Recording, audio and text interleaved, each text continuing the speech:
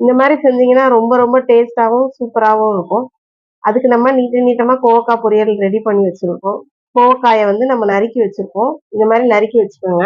அதுக்கு ஒரு மசாலா ரெடி பண்ண போகிறோம். பாருங்க, ஒரு 1/4 மூடி தேங்காய், ஒரு 1½ ஸ்பூன் மிளகாத்தூள், 1 ஸ்பூன் சோம்பு, 1/2 ஸ்பூன் சீரகம், இதை போட்டு நம்ம மிக்சர் ஜாரில் அரைச்சிக்க போகிறோம். அதுக்கடுத்து ஒரு பெரிய வெங்காயம், 2 வெங்காயம்னு வைங்களேன், நல்லா பொடியாக சாப் பண்ணி வச்சுருக்கோம்.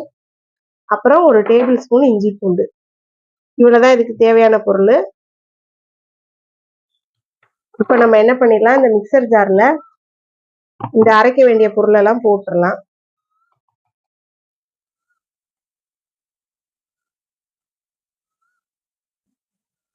இப்போ நம்ம இதை வந்து என்ன பண்ணிடலாம், நல்லா நைஸாக அரைச்சிட்டு வந்துடலாம். அதுக்கடுத்து நம்ம கோவக்காயை